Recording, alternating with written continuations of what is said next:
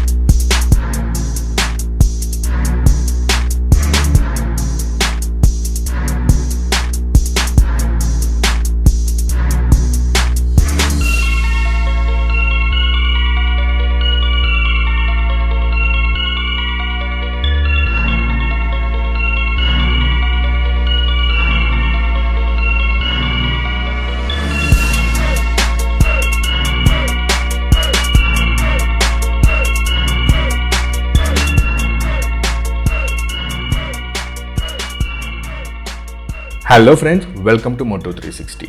இந்த வீடியோ ஒரு யூனிக்கான பைக் பற்றின வீடியோ. இந்த பிராண்டு சிஎஃப் மோட்டோவும் சரி, இல்லை இந்த பைக் NK 300 பற்றியோ நிறைய பேர் கேள்விப்பட்டிருக்க வாய்ப்பு கம்மி. நிறைய பேர் கேள்விப்பட்டிருப்பீங்க, ஏன்னா இது இந்தியாவுக்கு புதுசு. ஸோ வீடியோக்குள்ளே போகிறதுக்கு முன்னாடி கம்பெனி பற்றி ஒரு சின்ன ப்ரீஃபிங் நான் கொடுத்துட்டு போகிறேன். உள்ள சிஎஃப் மோட்டோ அப்படின்றது சன்ஃபிங் மோட்டோ அப்படி சொல்லுவாங்க. இது வந்து ஒரு சைனீஸ் கம்பெனி. 1989 ஸ்டார்ட் பண்ணப்பட்ட கம்பெனி. இது ஒரு புது கம்பெனிலாம் கிடையாது, சின்ன கம்பெனி கிடையாது. இது ஒரு பெரிய கம்பெனி தான். இவங்க பைக்ஸ் மட்டும் கிடையாது, ஆஃப் ரோட் ஸ்போர்ட்டிங் வண்டியான ATVs, சைட் பை சைடு இந்த மாதிரி வண்டிங்களுமே இவங்க மேனுஃபேக்சர் பண்ணுறாங்க. ஸோ கிட்டத்தட்ட 80-90 மாடல்ஸ் ஒரே டைமில் மேனுஃபேக்சர் பண்ணுற கம்பெனி இது. இந்தியாவில் பஜாஜ் எப்படி KTMக்கு சேனல் பார்ட்னரோ, அந்த மாதிரி சைனாவில் சிஎஃப் மோட்டோ தான் வந்து KTMக்கு சேனல் பார்ட்னர். ஸோ அங்கே KTM பைக்ஸ்க்கான அசம்பிளிங் அண்ட் மார்க்கெட்டிங் எல்லாமே இவங்க தான் பார்க்குறாங்க. அது மட்டும் இல்லை, டியூக்கோட 790 பேரலல் ட்வின் ஃபுல்லாகவே இங்கே தான் மேனுஃபேக்சர் பண்ணி எக்ஸ்போர்ட் பண்ண போகிறாங்க. அதாவது ஐஃபோன் மாதிரி அப்படின்னு வச்சுக்கோங்களேன்.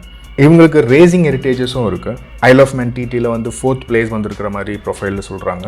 அப்புறம் மாடல் பற்றி வரும்போது இது NK 300 சொல்லுவாங்க. NKன்றது நேக்கட் வெர்ஷன், ஏன்னா இதில் ஸ்போர்ட்ஸ் வெர்ஷன் இருக்குது, பட் அது இந்தியாவில் வரல. NK 300 பார்த்தீங்கன்னா ஸ்ட்ரைட்டாக இந்தியாவில் டியூக் 250 காம்பீட் பண்ணுது. இது டியூக் 250க்கும் டியூக் 390க்கும் நடுவில் இருக்கிற கேப்பை ஃபில் பண்ணுற மாதிரி லான்ச் பண்ணியிருக்காங்க. இந்த வண்டியோட டிசைன் அட்டகாசமாக இருக்குது. காரணம், இந்த வண்டியை டிசைன் பண்ணது கிஸ்கார்ட் டிசைன்ஸ். இவங்க தான் KTM டிசைன் பண்ணுறாங்க, ஹஸ்குவர்னா டிசைன் பண்ணுறாங்க. நம்மளோட பஜாஜ் சேட்டக் இருக்குல்ல எலக்ட்ரிக் பைக், அதையும் இவங்க தான் டிசைன் பண்ணியிருக்காங்க. அடிடாஸோட நிறைய ப்ராடக்ட்ஸ் டிசைன் பண்ணியிருக்காங்க. ஸோ வேர்ல்டில் one of the best designer தான் இந்த பைக்கை டிசைன் பண்ணியிருக்காங்க. அதனாலே வண்டி எந்த ஆங்கிலேருந்து பார்த்தாலுமே அட்டகாசமாக இருக்குது. இந்த வண்டிக்கு நிறைய வண்டிங்களோட ரிசம்பிளன்ஸ் தெரியும். முன்னாடி இருந்து பார்க்கும்போது ஒரு டியூக் எஃபெக்ட் இருக்குது. இதோட சீட் பார்த்தீங்கன்னா Z900 ஞாபகப்படுத்துது. வண்டியோட ரியர் பார்த்தீங்கன்னா R15 மாதிரி இருக்குது.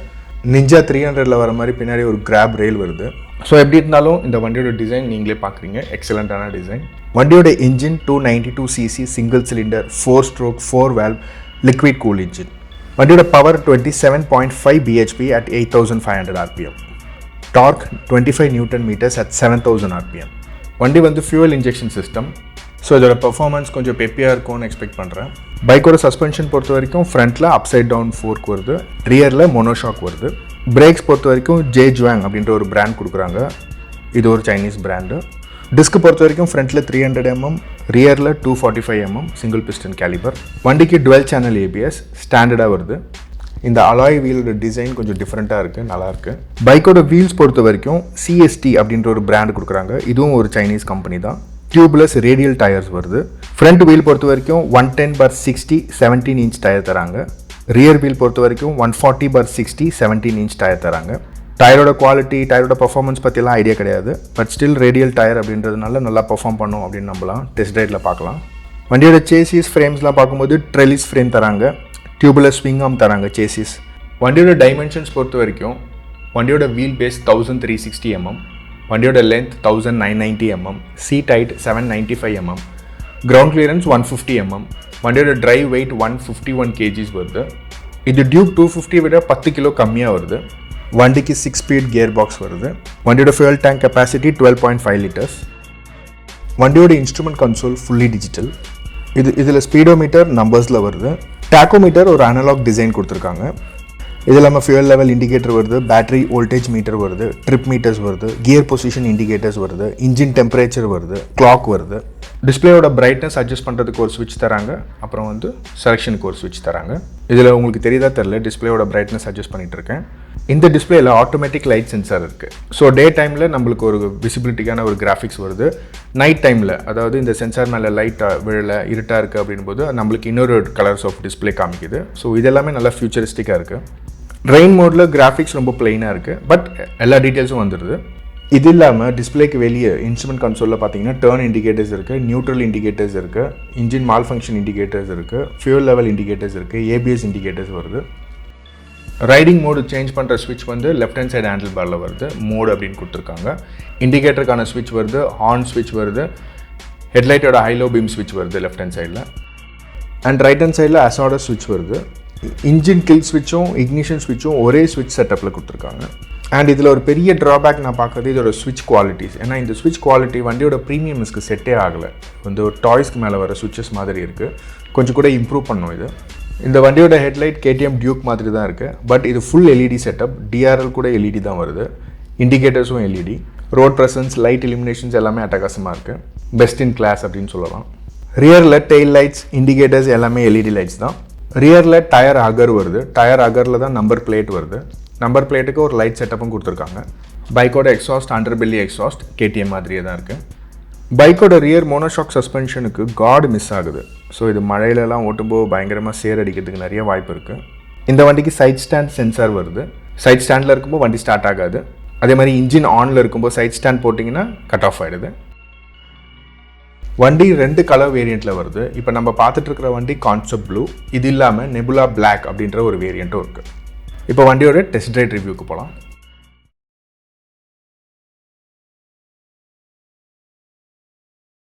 என்னோட ஹைட் 5'10", நான் கம்ஃபர்டபுளாக உட்காந்துருக்கேன். இன்ஃபேக்ட் 5'3", 5'4" இருக்கிற ஷார்ட்டர் ரைடர்ஸ் கூட கம்ஃபர்டபுளாக உட்காரலாம்.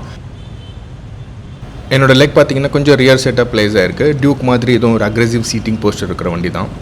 ஓகே, வண்டி ஸ்டார்ட் பண்ணி மூவ் பண்ணுவோம். நல்ல டிராஃபிக் ஜோன், நல்ல டிராஃபிக் ஹவர்ஸ் எப்படி இருக்குன்னு பார்ப்போம். ஏதாச்சும் எம்டி ஸ்டேஜ் கிடைக்குதா பார்ப்போம். இந்த வண்டி ஒரு பர்ஃபெக்ட் சிட்டி ரைடர். ஏன்னா வண்டி லைட் வெயிட்டு, நல்லா அஜைலாக இருக்குது, நல்லா ஃப்ளிக்கபிளாக இருக்குது, டிராஃபிக்கில் நுழைஞ்சு போகிறதுக்கு ரொம்ப கம்ஃபர்டபுளாக இருக்குது. இந்த வண்டி ஓட்ட ஆரம்பித்தோன்னா எனக்கு ஃபஸ்ட்டு ஞாபகம் வருது பழைய டியூக் ஓட்டுற மாதிரி இருக்குது. நீங்கள் எவ்வளோ பேர் பழைய Duke, first generation Duke, second generation டியூக்லாம் ஓட்டிருக்கீங்க தெரியல. இதுக்கெல்லாம் ரொம்ப ராவாக இருக்கும், க்ரன்ச்சியாக இருக்கும், இன்ஜின் ரொம்ப ரீஃபைண்டாக இருக்காது இப்போ இருக்கிற மாதிரி. ஃபர்ஸ்ட் ஜெனரேஷன் டியூக் ஓட்டின அந்த ஒரு ஞாபகம் வருது இப்போ எனக்கு. பட் இந்த வண்டி டியூக் மாதிரி ஒரு அக்ரெசிவ் பிக்கப் கிடையாது. அது ஏதோ 5000 RPM வரைக்கும் கொஞ்சம் ஒரு மைல்டாக தான் இருக்குது அதோட பிக்கப். 5000க்கு மேலே இந்த வண்டியோட பிக்கப் வந்து நல்லா சூப்பராக இருக்குது. ஆக்சுவலி இந்த வண்டி 2019 ஜூனோ ஜூலைலையோ வந்து பெங்களூரில் லான்ச் ஆச்சு. லான்ச் டைம்லேயே வந்து இந்த வண்டி நான் டெஸ்ட் ரைட் பண்ணியிருக்கேன் வேறு ஒரு மேகசினுக்காக.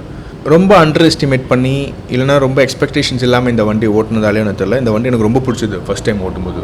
நல்ல ஒரு இனிஷியல் பிக்கப்பு, நல்ல ஒரு பவர் டெலிவரி. ஆக்சுவலி எனக்கு ரொம்ப சர்ப்ரைசிங்காக இருந்தது இந்த வண்டியை ஓட்டும்போது. இப்படி ஒரு பர்ஃபார்மன்ஸ் இருக்கும்னு நான் எக்ஸ்பெக்ட் பண்ணவே இல்லை இந்த வண்டியில். பட் இந்த டிராஃபிக்கில் உங்களுக்கு அந்த பர்ஃபார்மன்ஸ் நான் பண்ணி காமிக்க முடியுமா தெரில. இந்த வண்டி 120 வரைக்கும் நான் ஓட்டியிருக்கேன் பெங்களூரில். இன்ஃபேக்ட் என்னோடய கோர் ரிவ்யூவர்ஸ் வேறு கம்பெனிஸ்லேருந்து ரிவ்யூஸ் பண்ண வந்தவங்கலாம் 150 வரைக்கும் ஓட்டினாங்க இந்த வண்டியை. மற்றபடி வண்டியோட ரைடிங் கம்ஃபர்ட் நல்லாயிருக்கு. வண்டியோட சேசிஸ், ஃப்ரேம் எல்லாமே குவாலிட்டியாக இருக்குது. ஃபிட் அண்ட் ஃபினிஷ்லாம் ரொம்ப குவாலிட்டியாக இருக்குது. இந்த ரேட்லிங் சவுண்டு அதெல்லாம் நான் எக்ஸ்பெக்ட் பண்ணேன் ஆக்சுவலி. அதெல்லாம் எதுவுமே இந்த வண்டியில் கிடையாது. ஸ்விட்சஸ் மட்டும்தான் இந்த வண்டியில் கொஞ்சம் லோ குவாலிட்டியாக இருக்கிற மாதிரி ஃபீல் பண்ணுறேன். மற்றபடி இந்த வண்டி நல்ல குவாலிட்டியாகவே டிசைன் பண்ணியிருக்காங்க. இந்த வண்டி நான் வந்து இண்டோரில் காமிச்சேன். ஸோ அவுட்டோரில் ஒரு இடம் கிடச்சிது, அதனால வண்டி நிறுத்தி நம்ம ஒரு ரவுண்ட் கூட பார்க்கலாம். இந்த வண்டியோட லென்த்து ரொம்ப கம்மி. ரியர் பேசஞ்சர்ஸ், அதாவது நம்ம பில்லியன் ரைடர்ஸ் வந்து கொஞ்சம் கஷ்டப்பட்டு தான் உட்கார வேண்டியிருக்கும். இந்த கான்செப்ட் ப்ளூ அப்படின்ற இந்த கலர் கூட பார்க்க நல்லாயிருக்கு. ஆக்சுவலி எனக்கு ப்ரௌச்சர்லையோ இல்லை இமேஜஸில் பார்க்கும்போது எனக்கு பிடிக்கல, பட் நேரில் நல்லாயிருக்கு. பைக்கோட எக்ஸாஸ்ட் சவுண்ட் எப்படி இருக்குன்னு கேட்கலாம்.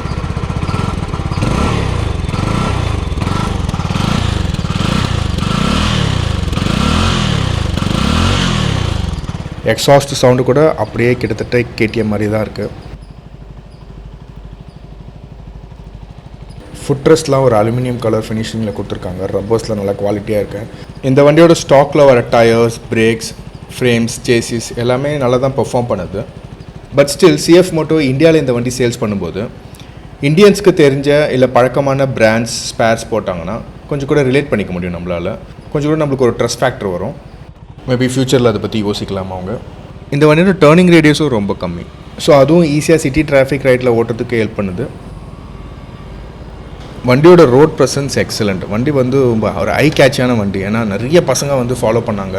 இந்த டெஸ்ட் ரைட் ரிவ்யூ பார்த்திங்கன்னா நான் நிறைய கட் ஷார்ட்ஸ் போட்டிருப்பேன். ஏன்னா நடுவில் வந்து நிறுத்தி என்ன வண்டின்னு கேட்குறாங்க. ஒருத்தர் வந்து ஷோரூம் டீட்டெயில்ஸ் வாங்கிட்டு போகிறாரு எங்கிட்டேருந்து. ஸோ இந்த வண்டி ஒரு ஹை கேட்சான வண்டி. வண்டியோட கியர் ரேஷியோ கொஞ்சம் ஷார்ட்டர் கியர் ரேஷியோ தான். கியர் வந்து அவ்வளோ ஸ்மூத்தாக இல்லை, கொஞ்சம் நாட்சியாக தான் இருக்குது.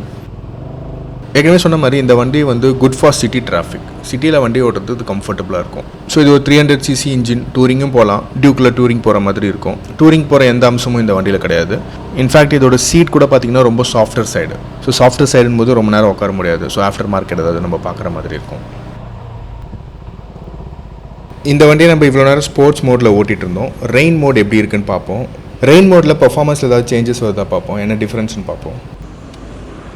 கீ ஆன் பண்ணோன்னே இன்ஸ்ட்ருமெண்ட் கன்சோலில் சிஎஃப் மோட்டோன்ற கிராஃபிக் வந்து போது நல்லாயிருக்கு பார்க்கறதுக்கு. ரொம்ப ப்ரீமியமாக இருக்குது இந்த இன்ஸ்ட்ருமெண்ட் கன்சோல் மற்ற விஷயங்கள்லாம். இந்த லைட்டிங் கண்டிஷன்ஸில் கூட நம்மளுக்கு டிஸ்பிளே நல்லா கிளியராக இருக்குது. இது வந்து இப்போ ஸ்போர்ட்ஸ் மோடில் இருக்குது. ஸ்போர்ட்ஸ் மோடோட கிராஃபிக் இது. இப்போ நம்ம மோட் சேஞ்ச் பண்ணி ரெயின் மோடுக்கு போகிறோம். ஸோ ரெயின் மோடில் டிஸ்பிளே பிளெயினாக வந்துடுச்சு, கிராஃபிக்ஸ்லாம் கிடையாது.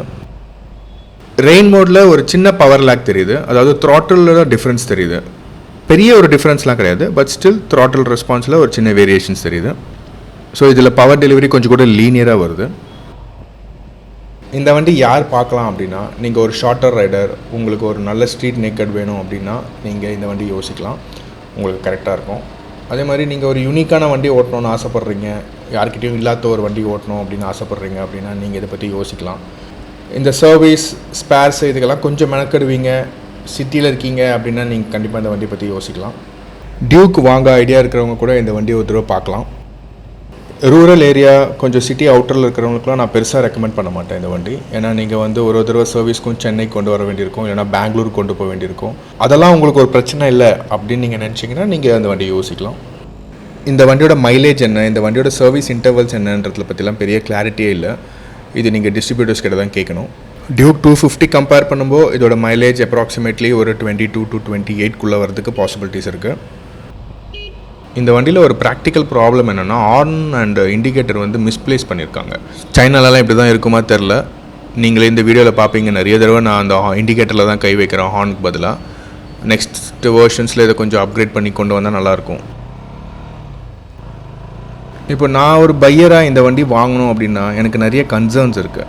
ஆக்சுவலி நெகட்டிவ்ஸ்னு சொல்ல மாட்டேன், ஆனால் நிறைய கன்சர்ன்ஸ் இருக்குது. சைனாவில் கேடிஎம்மை விட இந்த வண்டி ரொம்ப ப்ரைஸ் கம்மி. ஸோ வந்து மக்கள் வந்து காம்படிட்டிவாக இந்த வண்டி நிறைய வாங்குறாங்க. பட் இந்தியாவுக்கு வரும்போது இது இம்போர்ட்டடாக வருது. ஸோ அதனால் கேடிஎம் ரேஞ்சுக்கு இல்லை கேடிஎம்மோட ஜாஸ்தியாகவே இதோட ரேட் வர மாதிரி தோணுது.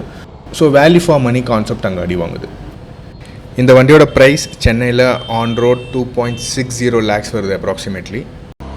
மேபி சிஎஃப் மோட்டோ ஃப்யூச்சரில் இங்கே ஏதாச்சும் ஒரு ப்ரொடக்ஷன் ஹவுஸ் கூட டைப் பண்ணி உங்கள் வண்டிகளை வந்து இங்கே அசம்பிள் பண்ணாங்கன்னா நல்ல ஒரு காம்படிட்டிவான ப்ரைஸ் கொடுப்பாங்க. ஏன்னா இவங்கக்கிட்ட எக்கச்சக்கமான லைனப் இருக்குது. இப்போ ஒரு 4-5 மாடல் தான் இங்கே லான்ச் பண்ணியிருக்காங்க. மற்றதெல்லாம் ஆன் புக்கிங்ஸ் நம்மளுக்கு டெலிவரி பண்ணுவாங்க டிஸ்ட்ரிபியூட்டர். இன்னொன்று, தமிழ்நாட்டிலே இந்த வண்டிக்கு ஒரே டீலர் தான். இதோட பெங்களூரில் தான் இன்னொரு டீலர் இருக்காங்க. ஸோ இதோட சேல்ஸ் சர்வீஸ் எல்லாமே நம்ம ஃபுல் அவங்கள டிபெண்ட் பண்ணி தான் இருக்கணும். இன்னொரு பெரிய கன்சர்ன் இதோட ஆஃப்டர் சேல்ஸ் ஸ்பேர்ஸ் அவைலபிலிட்டி எல்லாம் தான். ஆப்வியஸ்லி சிஎஃப் மோட்டோ ஒரு பெரிய கம்பெனி, அதை பற்றி கன்சிடர் பண்ணுவாங்கன்னு நினைக்கிறேன். கரெக்டாக பிளான் பண்ணியிருப்பாங்கன்னு நம்புகிறோம். ஸோ இந்த வண்டி வாங்குகிற ஐடியா இருந்தால் நீங்கள் டீலர்கிட்ட ஒரு நல்ல மியூச்சுவல் கன்சர்னுக்கு வாங்க. அவங்கக்கிட்ட கேட்டு கிளியர் பண்ணிக்கோங்க. அவங்க என்ன மாதிரி ப்ராமிசஸ் தராங்க, என்ன மாதிரி கமிட்மெண்ட்ஸ் தராங்கன்றதை தெரிஞ்சுக்கோங்க. அது சாட்டிஸ்ஃபைடாக கன்வின்சிங்காக இருந்தால் நீங்கள் ப்ரொசீட் பண்ணலாம். அகைன் இன்னொரு ஆங்கிளில் யோசிக்கும்போது இந்த மாதிரியான டிஸ்ட்ரிபியூட்டர்ஸ் டீலர்ஸ் வந்து நம்ம என்கரேஜ் பண்ணணும். ஏன்னா இந்த மாதிரியான ஒரு இம்போர்ட்டட் பைக்ஸோ இல்லை ஒரு சூப்பர் பைக்ஸோ சரி நம்மக்கிட்ட கொண்டு வந்து சேர்க்கறதுக்கு நல்ல டீலர்ஸ் வேணும். இப்போ பர்டிகுலராக இந்த டீலர் ஜேஎம்பி மோட்டார்ஸ் பார்த்தீங்கன்னா இவங்க தான் வந்து சென்னையில் எக்ஸ்க்ளூசிவான பைக்ஸ் சேல்ஸ் பண்ணுறாங்க. இவங்க தான் கவசாக்கியோட டீலர் தமிழ்நாட்டுக்கு. அதே மாதிரி அப்ரிலாவோடது, அதே மாதிரி இந்தியன் மோட்டார் சைக்கிள்ஸு, இந்த மாதிரி எக்ஸாட்டிக் பைக்ஸ் நம்மக்கிட்ட கொண்டு வந்து சேர்க்கும்போது இவங்களையும் நம்ம சப்போர்ட் பண்ணணும். அப்போ தான் நம்மளுக்கு நிறைய ஆப்ஷன்ஸ் கிடைக்கும். நம்மக்கிட்ட நிறைய பைக்ஸ் கொண்டு வந்து சேர்ப்பாங்க. அப்போ தான் காம்படிஷன் டஃப் ஆகும். அப்போது நம்ம ஊர் மேனுஃபேக்சரர்ஸும் காம்படிஷனுக்காக அப்டேட் ஆகிட்டே இருப்பாங்க. ஸோ இது ஒரு நல்ல விஷயந்தான். So as a moto enthusiast நான் வந்து அது ரொம்ப அப்ரிஷியேட் பண்ணுறேன். ஸோ நீங்கள் வண்டி வாங்குறீங்க இல்லை இதெல்லாம் ரெண்டாவது விஷயம். பட் இந்த மாதிரியான டிஸ்ட்ரிபியூட்டர்ஸு டீலர்ஸ் பற்றி நம்ம தெரிஞ்சுக்கணும். இந்த சேனல் ஃபஸ்ட் டைம் பார்க்குற மோட்டோ என்தூசியாஸ்டாக இருந்தால் கண்டிப்பாக சேனல் சப்ஸ்கிரைப் பண்ணுங்கள். மொபைலில் சப்ஸ்கிரைப் பட்டன் பக்கத்தில் இருக்க பெல் ஐக்கான் ப்ரெஸ் பண்ணிங்கன்னா ஃப்யூச்சரில் போஸ்ட் பண்ணுற வீடியோஸோட நோட்டிஃபிகேஷன்ஸ் உங்களுக்கு வரும். எல்லா வீடியோலையும் சொல்கிறது தான், இந்த வண்டியை டிசைட் பண்ணுறதுக்கு முன்னாடி இல்லை இந்த வண்டி பிடிச்சிருந்துன்னா கண்டிப்பாக ஒரு தடவை டெஸ்ட் ரைட் பண்ணி பாருங்கள். இந்த வண்டி வாங்குகிற ஐடியா இருக்க உங்கள் ஃப்ரெண்ட்ஸ் ரிலேட்டிவ்ஸ்க்கு இந்த வீடியோ ஷேர் பண்ணுங்கள். இன்ஃபேக்ட் டியூக் வாங்க போகிற உங்கள் ஃப்ரெண்ட்ஸ்க்கு கூட நீங்கள் இந்த வண்டி சஜஸ்ட் பண்ணலாம். இந்த சேனலில் ரிவ்யூ பண்ணுற வண்டிகளோட ஃபோட்டோஸ் எல்லாம் இன்ஸ்டாகிராமில் போடுறோம். ஃப்யூச்சர் அப்டேட்ஸ், இன்ஃபர்மேஷன்ஸ், நியூஸ் எல்லாம் ஃபேஸ்புக் பேஜில் இருக்குது. கீழே டிஸ்கிரிப்ஷன் பாக்ஸில் சோஷியல் மீடியாவோட லிங்க் கொடுத்துருக்கேன். ஜஸ்ட் ஒன் டச்லேயே நீங்கள் அதை பார்க்கலாம். பிடிச்சிருந்தால் ஃபாலோ பண்ணுங்கள். ஓகே ஃப்ரெண்ட்ஸ், இந்த வீடியோ உங்களுக்கு யூஸ்ஃபுல்லாக இருந்திருக்கும்னு நினைக்கிறேன். இந்த வீடியோ உங்களுக்கு பிடிச்சிருந்ததுன்னா லைக் பண்ணுங்கள். உங்களுக்கு ஏதாச்சும் டவுட்ஸ் இருந்தால் நீங்கள் கமெண்ட்ஸ் செக்ஷனில் கமெண்ட் பண்ணுங்கள். ஸோ அடுத்த வீடியோவில் பார்க்குற வரைக்கும் டேக் கேர், குட் பை.